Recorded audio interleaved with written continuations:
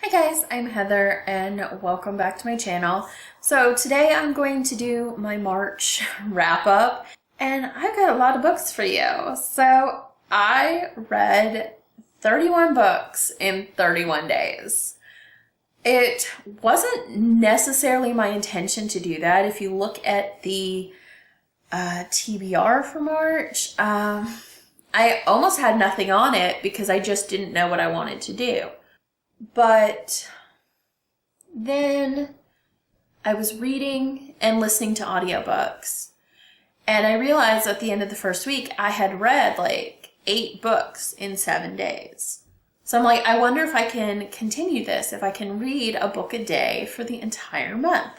And we are going to try to keep this a little bit more streamlined, so I'm going to put all the star ratings up here for the books so we can get through them more quickly.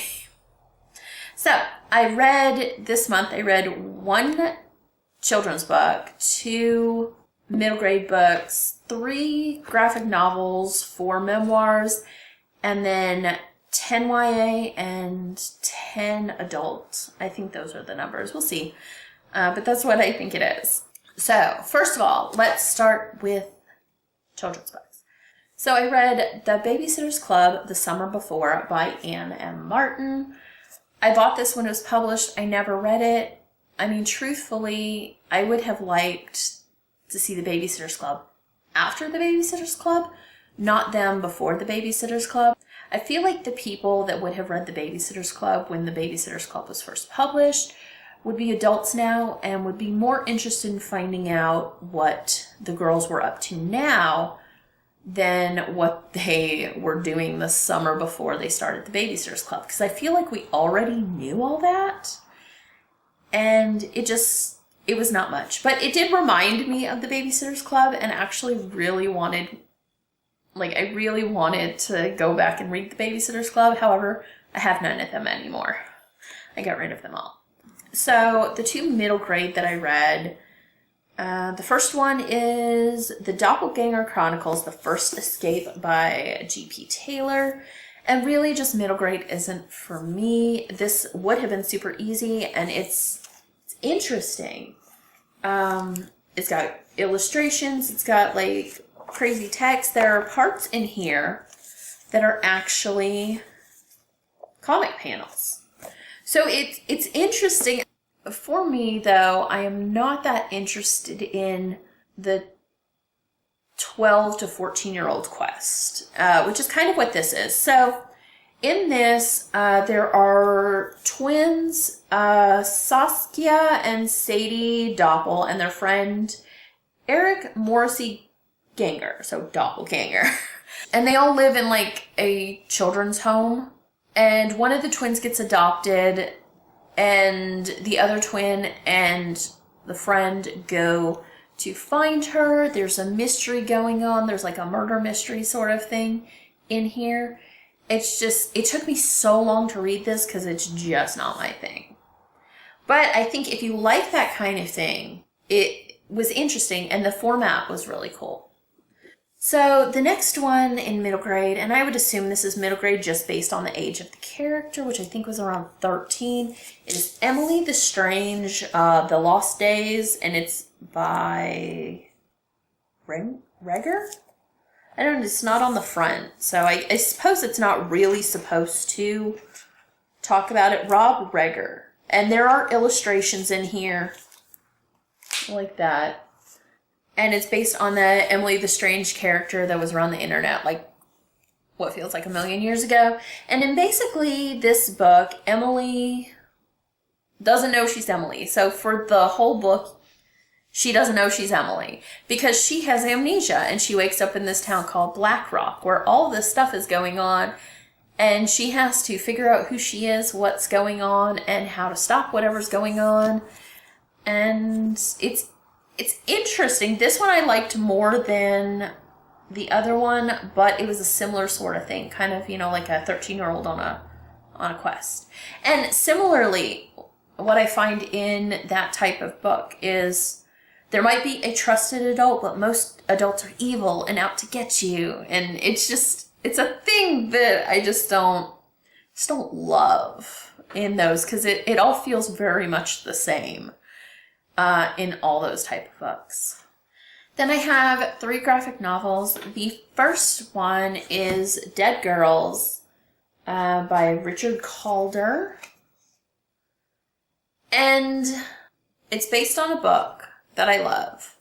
This one I did not love as much. And I guess it was missing some of the description that I liked so much from the book, because it is a graphic novel. I didn't love the artwork in this. I am predominantly a reader of manga, so kind of influences my artwork preferences. It did streamline the story, so you get like from the beginning to the end in chronological order. That did not happen in the book, and it does seem that they never intended to make any more. The ending is different. It does help streamline the plot a little bit. So basically in this, it's like some future time. They do give you some vague references. The kids are 16. It's a future where London is kind of a quarantined place.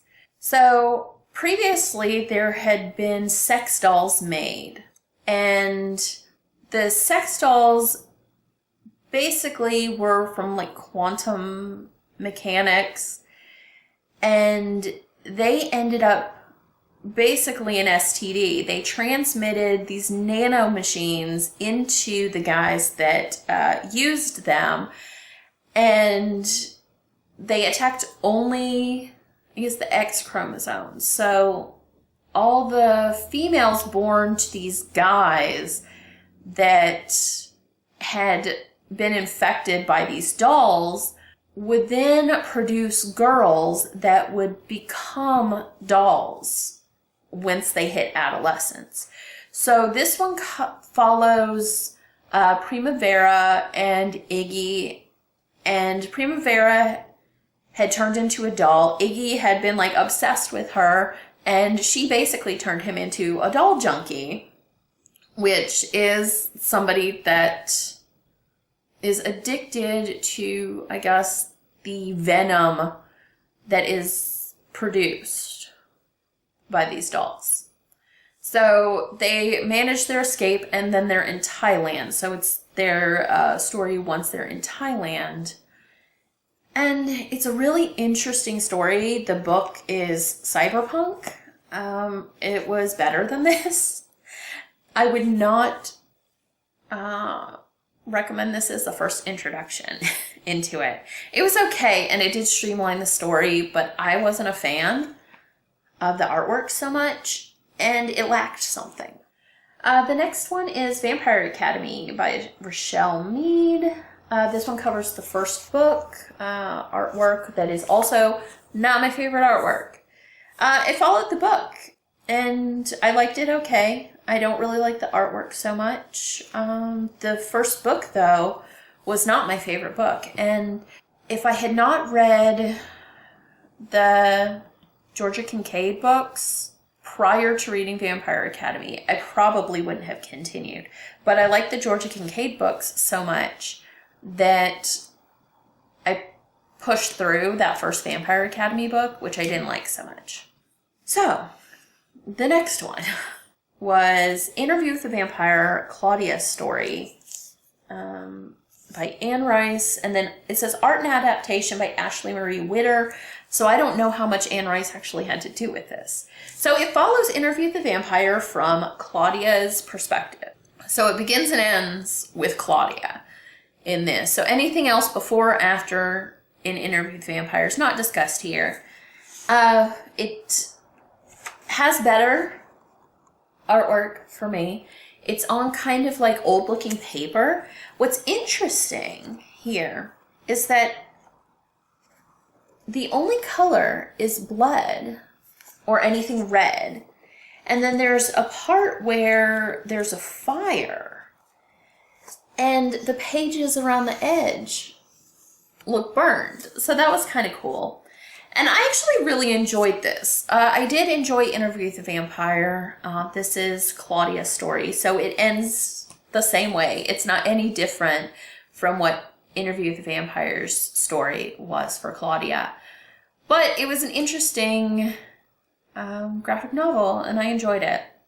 So next I have 4 memoirs.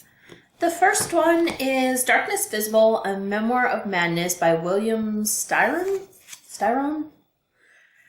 And this is his account of late in life suicidal depression, how he felt. He is a very famous author. He wrote Sophie's Choice and The Confessions of Nat Turner, amongst other ones, but I think those are probably the 2 most recognizable titles that he wrote.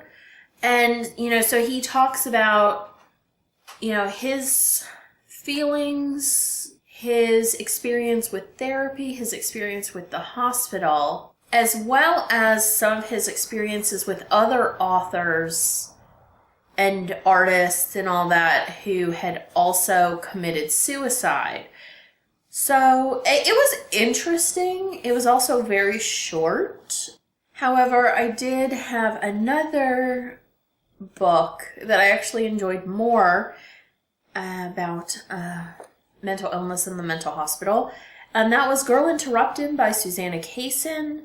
This follows Susanna Kaysen's account of, I think, probably around 18 or 19 being admitted to a psychiatric hospital for a couple years for borderline personality disorder. It talks a lot about her feelings on her own mental health, her experiences in the hospital, and then experiences with, some of the other girls there. It was not as streamlined a plot as the movie makes it out to be, nor is the character that Angelina Jolie portrays, who I think is in the book. At least I believe that is the same name that character had. Like in the movie, I think that the equivalent character was not name changed. It really was about her personal experience, so it had a lot less to do with the other girls than the movie did, but I did enjoy this. I've had it sitting on my shelf for a long time, and finally got to it. And another book that I've also had sitting on my shelf for a long time, not that long because I clearly got this after the movie was made, was Running with Sisters by Augustin Burroughs, I think is how it is. I listened to the audiobook and he narrated the book. I did remember liking the movie, but couldn't remember what the movie was about at all. So when I started this, I actually had no idea where it was going. So in this, as a young teenager, like 13 or so, his mother and father get divorced. His mother has a series of mental breakdowns, and ultimately he is sent to live with her psychiatrist and his family. So this follows him from, I guess, maybe like 13 up to like graduating high school, like something like 16 or 17 or so. This probably out of the memoirs that I read was my favorite one. It was really entertaining, really interesting. I did notice, though, through this course of books that animals suffer a lot. And this was a true story, so I felt bad about that. So yeah, I mean, it's very short in there, but yeah, if you have animal sensitivities, this is one. I have a couple more like that. Actually, I had some that now I don't remember because it wasn't that integral, but I have 2 other ones that I do remember have some animal cruelty issues. So the next one that I read was Guarding the Moon, A Mother's First Year by Francesca Lia Block. Francesca Lia Block is one of my favorite authors. I bought this when it was published, however, I never read it, and it was published in 2003. I never read it because to be honest, the subject matter does not interest me at all. This is about her first year as a first-time mother and all her fears and her anxieties and her joys and all that. It's got her same writing style, the really poetic, lyrical writing. So if you like that and are interested in the experience of a first-year mother and all the ups and downs, you'd probably like this. This is just, however, not of interest to me. All right, so those are all the short categories. Let's get to the big categories. And I think I have 11 adult books. I think so. These were 10. I think I have 10 young adult. And then so 11 is the adult one. Okay, so let's start. The first one is Rosin Broomsticks by Sarah Lanowski, I guess is how you say that. I did not originally think this was YA. It's very young YA too. I think she's like 14. And it's basically Rachel finds out that her sister is a witch. That in her family there are witches. Her mother was a witch. Her sister is a witch. She is not. But that doesn't stop her from exploiting her sister's powers to get what she wants. A popular boyfriend, a part in like some school talent show thingy, her best friend back, and to ruin her father's upcoming marriage to someone else. So, yeah. It was cute for what it was. This is way too young for me. Then I read Famous in Love by Rebecca Searle. I probably would not have bought this except for I found it at the dollar store. And I think I had started the TV show, maybe the first episode, and I think they kind of changed how the character was. Maybe I'm wrong, but that's like the impression, like when I think back on that show, that's what it was. That it was like the happenstance of her being there and just being so amazing that she was offered it right away. In this one, she specifically is trying to be an actress, goes there, goes on auditions, and gets it. Most of it is like her on location for the filming of the movie, which is a Twilight-y sort of story. And developing a relationship with one co-star, but feeling very attracted to another co-star. It's that. I actually really enjoyed it. I didn't expect much from it at all, and maybe that's why I enjoyed it so much, because I wasn't expecting it, but I really liked it. So the next book I have is Vampire Beach Volume 1 by Alex Duval. This includes 2 books, Bloodlust and Initiation. And let me see when this was published originally. Well, it says they were published in 2006. This felt a good bit older. So in the 90s, maybe into the early 2000s, young adult books are not what young adult books are now. They were very short. They were very story-driven, action-driven, not very character-driven. So that's what this felt like. In this book, Jason Freeman moves from like middle America to Malibu. He's super excited.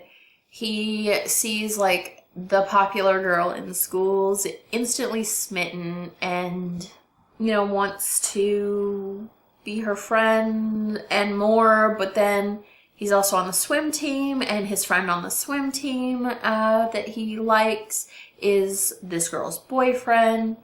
But he kind of wants to be part of it. They're all from the same like upper crust neighborhood that he has moved into. And then he finds out they're vampires. So it's about that. And there is a second volume, and I have it. And I think there are actually more to this than that. But I don't have that. So I have one more volume. I have Vampire Beach Volume 2. To be honest, I don't know that I would read beyond that. I'm not terribly interested in Vampire Beach 2, but I do have it, so I will read it. They were okay, but, you know, not very character driven. So you don't really like anyone or care about anyone. The next book I have, and I put this in teen. I'm not really sure if it was meant to be teen, but it's very short. It has teenage characters, and this is The Vampire's Beautiful Daughter by S.P. Somoto, I guess. Right there. And this book is about, again, a guy from, like, maybe not the Midwest, maybe, like, North or South Dakota. I don't remember. He moves to California and meets another girl who's moved there recently as well, who's a vampire. Or at least she's partially a vampire. So this does explore his own identity and the vampire girl's identity, because she is currently half vampire, half human, has to make that decision. It does exist in the same world. He wrote some other books called, like, I think the first one was called Vampire Junction. And these were all written in the 90s. I think this was 1997. His other ones were earlier, like maybe even like early 90s. So they keep mentioning the character from Vampire Junction and that trilogy of books. So it's in the same universe, but not really connected. I don't know if anyone's ever read those, but it's not necessary to read those, to read this. They just frequently mention the character as pop singer. So this one here was my favorite of what I read, and that was The Afterlife of Holly Chase by Cynthia Hand. And I'll be honest, I did not expect much from this book. It's not that I don't like Cynthia Hand, because I have liked at least the writing style of everything that she's written, though I did not like My Plain Jane. It was because of the story, not the writing. I did read the first Angel book she did, I think Unearthly, but I never finished the trilogy because they weren't published at the time I read it, and I just never went back to it. But the reason why I was concerned about whether I'd like this or not is because I do not like A Christmas Carol. I don't like Christmas, so I guess I'm a Scrooge. But I work retail, so Christmas is the worst time of year for me. But yeah, surprisingly, I really liked this book. I liked how it ended. I liked that it ended in a way that I did not expect it to actually end. I do think it kind of wrapped up like really, really easily and quickly. But I do like the unexpected ending from what you would generally think would happen. So the next book I read, and I mean, I guess you put this in young adult, even though at the time, I think young adult wasn't really a thing. But it is Pretty in Pink by H.B. Gilmore. This is a novelization of the screenplay of Pretty in Pink, not the movie. Because in the screenplay, and I mean, you can look it up and find out what that ending is. There have been interviews about, like, the discussion about changing the movie's ending. But this ends differently than the movie because the screenplay was originally different. This one was published in 1986. So it's not the oldest one I have on this list right here. But yeah, 1986. I liked it okay. But again, especially novelizations that long ago, but books for younger readers that long ago did not focus heavily on character development. So there's not a lot of character development. The personality that you get in the movie from the characters, you don't get in here. So it was okay. Then I read Gothic Lolita by Dakota Lane. And this says it's a mystical thriller. So it does have some like fantastical sort of elements. The reason I bought this a long time ago is because I do love Francesca Lia Block. She wrote the Weetzie Bat books. So it's what I guess would be called an urban fairy tale. And I was looking for things like that. And so I picked up this one by Dakota Lane. I did read a different Dakota Lane book, but it didn't have the fantastical elements. So I was hoping this one would feel more like Francesca Lia Block's. This was just depressing. So this book follows two girls who connected online via their blogs. Like, neither of them commented or spoke to each other because they had their comments turned off on their blogs. But they would read each other back and forth. And I guess in this blog system, you could see who was reading your blog. So they would basically tell each other about their lives through this blog.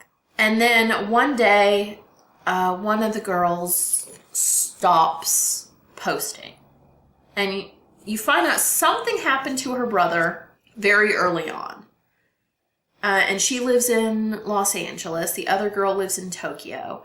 The girl in Tokyo is in an orphanage, and she takes care of her...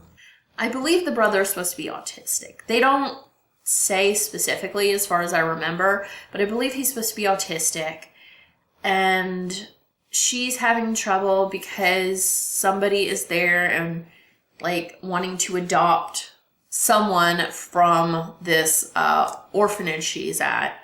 And she's afraid it's going to be her brother. All the while she keeps trying to go back to this girl's blog, see if there's anything new. The other girl's like thinking she should post something, but she doesn't. And she actually finds out what's going on with everything in their lives before the girl in Tokyo does. They never go into the mysticism all that much, so it's there, it's kind of implied, but it's really kind of muddy. And it's called Gothic Lolita because their common interest is Gothic Lolita fashion. It just was not what I wanted it to be, and it was kind of depressing and actually kind of a downer. So the next book that I have is Bad Girls Don't Die by Katie Allender. And this is about a girl who's kind of the outcast at school, whatever, she's such a rebel. Her sister starts acting weird. And so they have to figure out how and what is happening to her and how to fix it. So it's a possession story. On the surface, very similar to Diary of a Haunting that I read last time, but actually I enjoyed it much better than that one. There are 2 more books, so I might actually read those at some point. I don't have them, but I think I could get them on Scribd. So I might actually try to read those.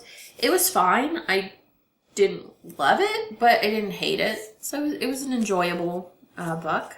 The next one that I read was Sadie by Courtney Summers, and this one was okay. I know it was an award winner. This was the one that I actually picked for the Pop Sugar Challenge of an award winner from 2019. I listened to it on audiobook, and it was okay. I mean, honestly, you could tell where it was going. I don't know. I did feel a little bit unsatisfied with the ending. I mean, I could see where it went, and I generally try not to feel unsatisfied with book endings that don't end the way I want them to. But yeah, I didn't love the ending of this, and I wasn't totally invested in the story in the first place. Then I read The Short Second Life of Bree Tanner by Stephenie Meyer. And I'm sure everyone has read Twilight. This book takes place during Eclipse. So before the final battle in Eclipse, I guess. And it follows Bree Tanner, who is one of the new vampires that was created by Victoria. I think that's her name. For the purpose of attacking the Cullens. And it's basically her realizing that she has not been given the information that she should have, that she doesn't know what's going on. And, I think we all know how it ends up just based on the title and having read Eclipse. So those are my young adult books. Now I have my adult books. So yeah, I'm pretty sure there are 11 here. First one is Damned by Chuck Palahniuk. So I listened to that one on an audiobook, and it had a female narrator, which was nice. It's about a 13-year-old girl named Madison who dies, presumably, it says, from a marijuana overdose, and she wakes up in hell. I've never read anything by Chuck Palahniuk before. Fight Club I had ruined for me, so I never felt the need to go in and read it or watch the movie. A lot of the other ones don't interest me, so I can't say for sure. But this was pretentious. This was so pretentious. But it was like a pretentious 13-year-old. Like, his vision of hell that he writes about in here is basically all the gross stuff that a 13-year-old would come up with. So anyway, even though it's pretentious, I did still enjoy the story. It went quickly. It was an easy read or listen, because I listened to it on audiobook. And then it got to the part where a grown man is writing about a 13-year-old sexual awakening. Yeah, and that was really weird. So yeah. It's not that I didn't like it. I did like it. And it's not like I don't generally like pretentious writing, because I do like Bret Easton Ellis. But very pretentious. And like a child is being pretentious. So that's how it felt. Then the next book is The Accidental Werewolf by Dakota Cassidy. And this is like kind of one of those paranormal chick litty books. So in this one, Marty is a Bobby Sue rep, so basically like Mary Kay, and she is on her way home from a meeting and gets accidentally bitten by a big dog who turns out to be a werewolf.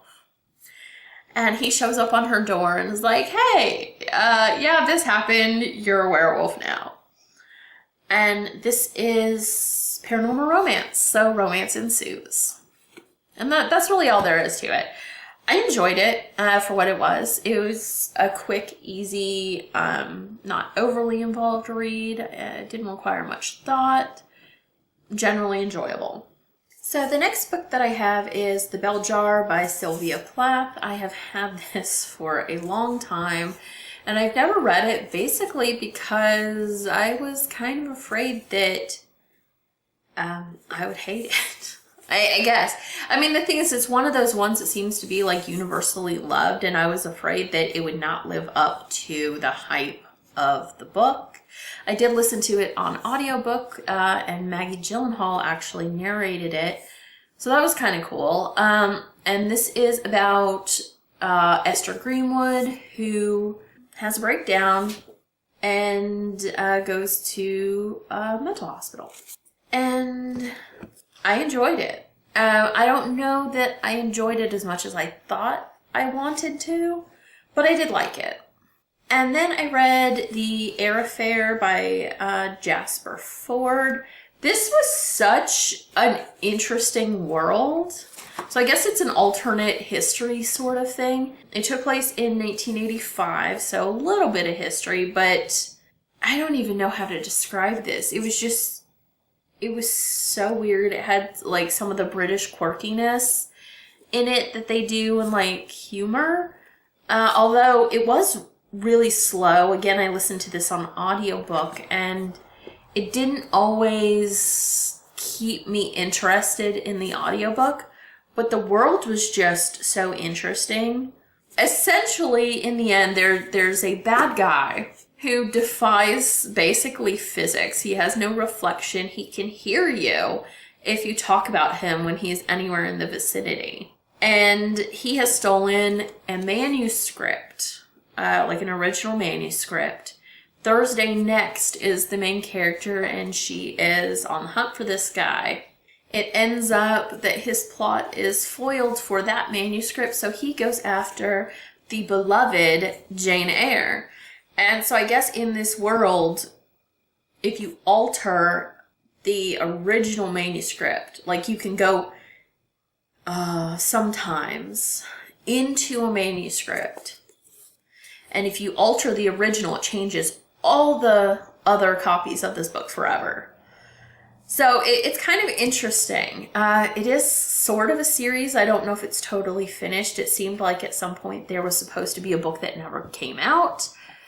I don't know that I'd read any more, but I did enjoy the story of this one. I found it an interesting world, just really slow. So the next one is a really short one. This is Blue Rose by Peter Straub. This is a tiny one. I guess it was published as a set of books called Penguin 60s that were published on Penguin's 60th anniversary. And this was, I guess, originally published in a larger group of short stories. And this is, I think the character's name is Harry. This is Harry. He's like this middle childish. He has a younger brother, an older brother, and then two brothers that are like not in the house. And it's almost hard to describe without telling you what happens if you were interested in this specifically. But it says on the back, in this haunting tale of innocence and evil, master storyteller Peter Straub uncovers the dark side of human nature. So that's what it is. It's about this kid named Harry. And just like some particular point in his life where he is not a great human being. Then I have Blue Thorn by Frances Y. McHugh. This is my oldest book on here. This book here was published in 1966.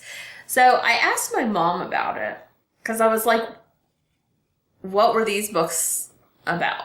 Like, what was up with these types of books? So basically there was a period of time where this like kind of gothic style was very popular. They were also very cheap. That's what this one is. So in this book, Lynn Stoneleigh, our main character, goes to this huge estate in the country called Bluethorn as a governess for the young girl whose father is dead, and then ghostly things start to happen. So it was all right. It was much easier to read than some that I have read that were of the same time period, of the same type of book. But it was, in the end, kind of disappointing in the ending. Like, I did not like the ending, and they imply paranormal stuff, which I feel like they failed to deliver on. So the next one is Love Bites by Lindsay Sands. This is part of the Argeneau Vampire series, book 2. This one I did read for my Pop Sugar Challenge. So one of the prompts was a country that starts with a C. This does take place in Canada. And this is about a vampire who turns a nurse that got attacked because of him into a vampire. And then some romance, but actually a lot more action too than just romance, which is nice. So it didn't focus so heavily on one that the other was completely overshadowed. I actually enjoy these Argeneau Vampire books, the ones that I've read so far, just 1 and 2. This one's 2. Then the next one I have is Me, Myself, and Why by Mary Janice Davidson.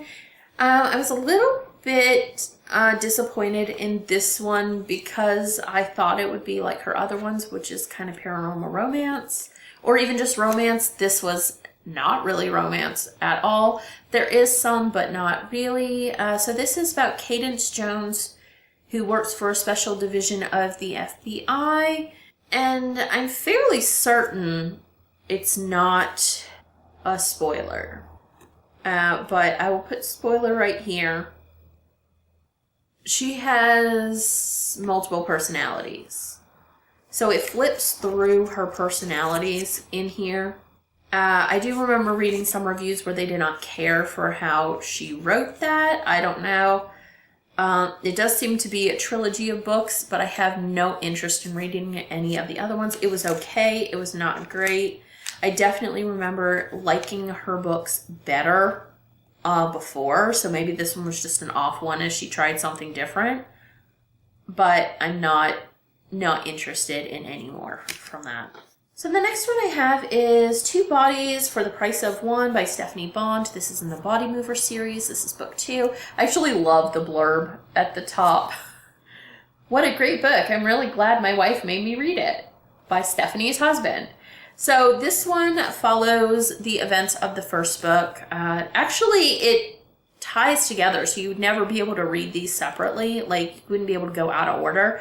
So Carlotta is our main character. She was part of the rich crowd in Atlanta. She is no longer. She's, I guess, supposed to be 28. So in this book, someone who has stolen Carlotta's identity ends up dead, and they want to use this as an opportunity to try to draw out her fugitive parents. This does have some romance that I honestly not a huge fan of. She has, I guess, 3 potential love interests. One of them is the guy her brother works for, the actual Body Movers portion of this. One is a cop and one is like a former boyfriend. And to be honest, the one that seems least likely to be a love interest is the only one that is not just a sucky person. Now, the cop was much better in this one than he was in the first one, but I already hated him from the first book. So I did not like him in this, and then I don't like her ex-boyfriend either. They're kind of mysteries. They call them a sexy mystery.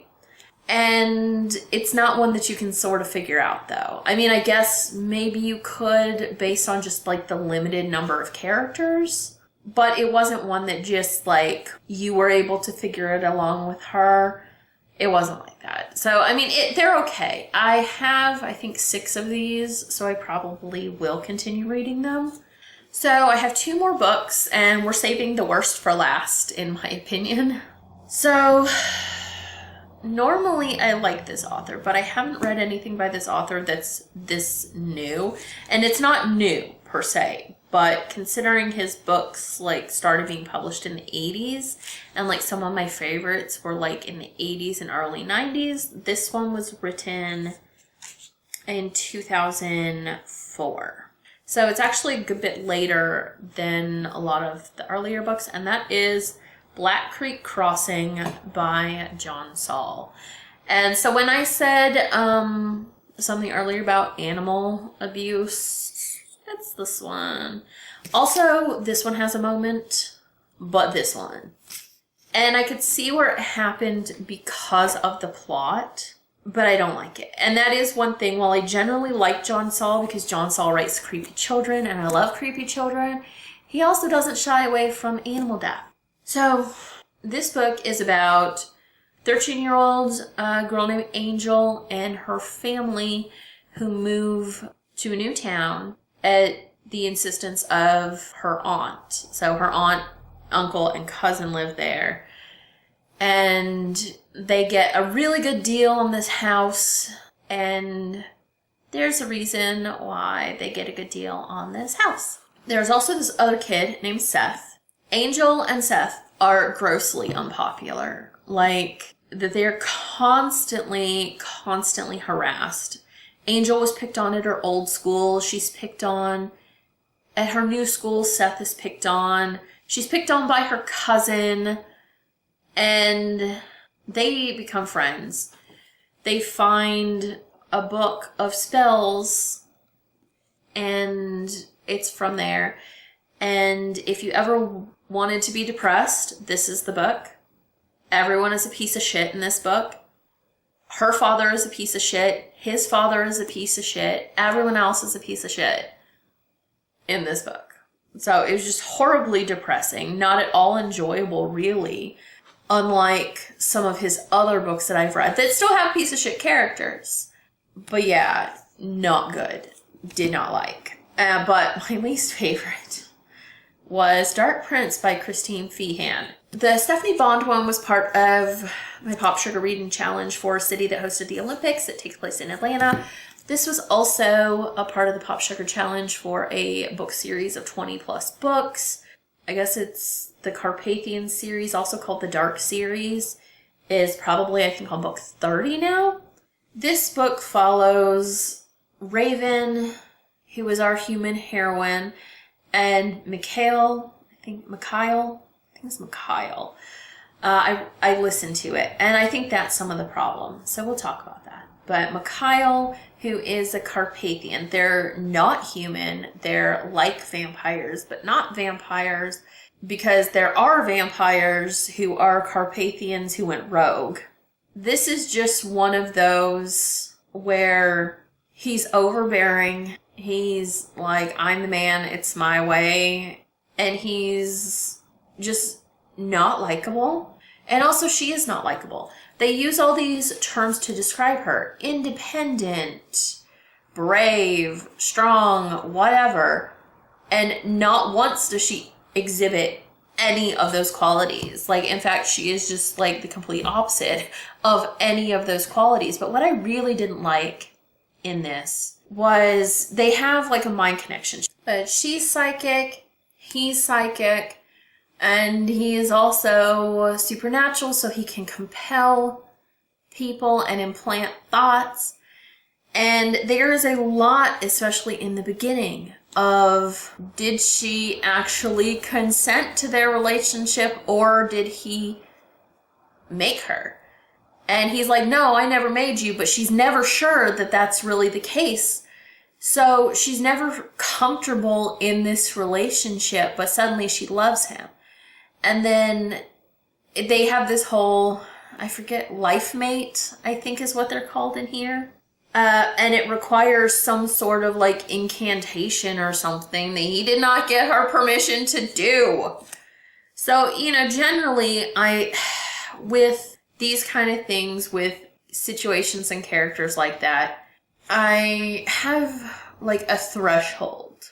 Like, there is a line that you can cross where I'm no longer feeling like the character is worthwhile, a good love interest, or can be redeemed in any way. And I feel like this character kind of overstepped a little bit. I feel like I listened to the audiobook for this, and I loathe the audiobook. It was so bad. It's a female reader, so she was good at changing her voice for the characters to like let you know the differences between characters. But so she has to deepen her voice to make it a guy's voice. Then she's got her regular voice, which is her narration voice. Then she gets this soft, like babyish voice to be Raven's voice. And it made me hate Raven all the more. So, like, I didn't like Mikhail. I did not like Raven. I didn't like anybody. I didn't care for the story. Supposedly, Raven has been hunting serial killers with her psychic ability. So you'd think, cool, badass character. No, she's not a badass. She's overwrought every time she has to do this. And she whines about it the entire time now that there's a serial killer targeting the Carpathians. So they could have done so much for her as a character, because that's an interesting concept for a character. But everything that they wanted her to be and said she was, she absolutely was not. And that was really frustrating.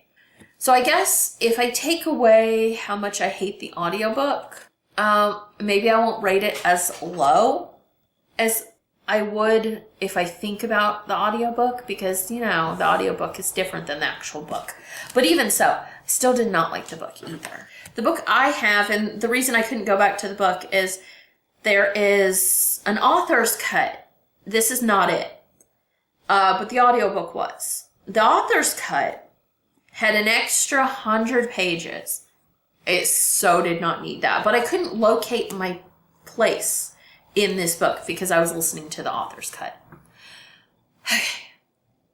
But for ending on a bad note, that is the 31 books that I read this month. Hopefully this wasn't ridiculously long. Hopefully I can shorten it down, make it nicer. But yeah, that's it. So it won't be as exciting next month. It's not as much stuff next month. But that is it for now. And I'll talk to you later. Bye.